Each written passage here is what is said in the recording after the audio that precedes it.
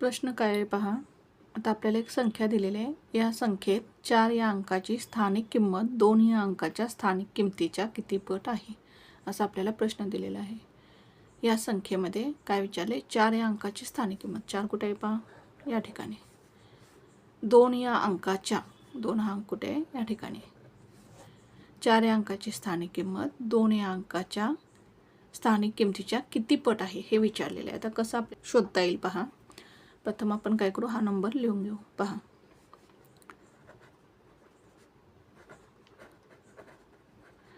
आता या नंबरमध्ये काय विचारलेलं आहे, 4 या अंकाची स्थानिक किंमत. आता 4 हा अंक कुठे आहे पहा, एकक, दशक, शतक स्थानी आहे.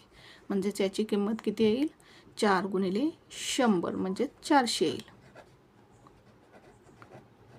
आणि 2 या अंकाची स्थानिक किंमत किती येईल पहा, 2 या अंकाची स्थानिक किंमत, 2 हा अंक एकक स्थानी आहे. म्हणजेच याची किंमत किती येईल, 2 गुणिले 1 म्हणजे 2 येईल.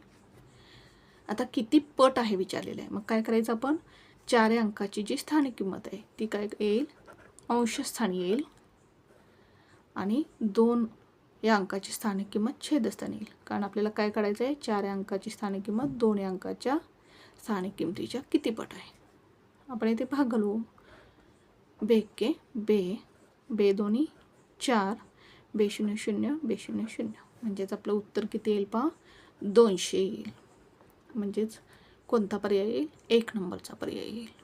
करेक्ट आन्सर काय येईल आपलं, पर्याय 1, ऑप्शन 1 येईल.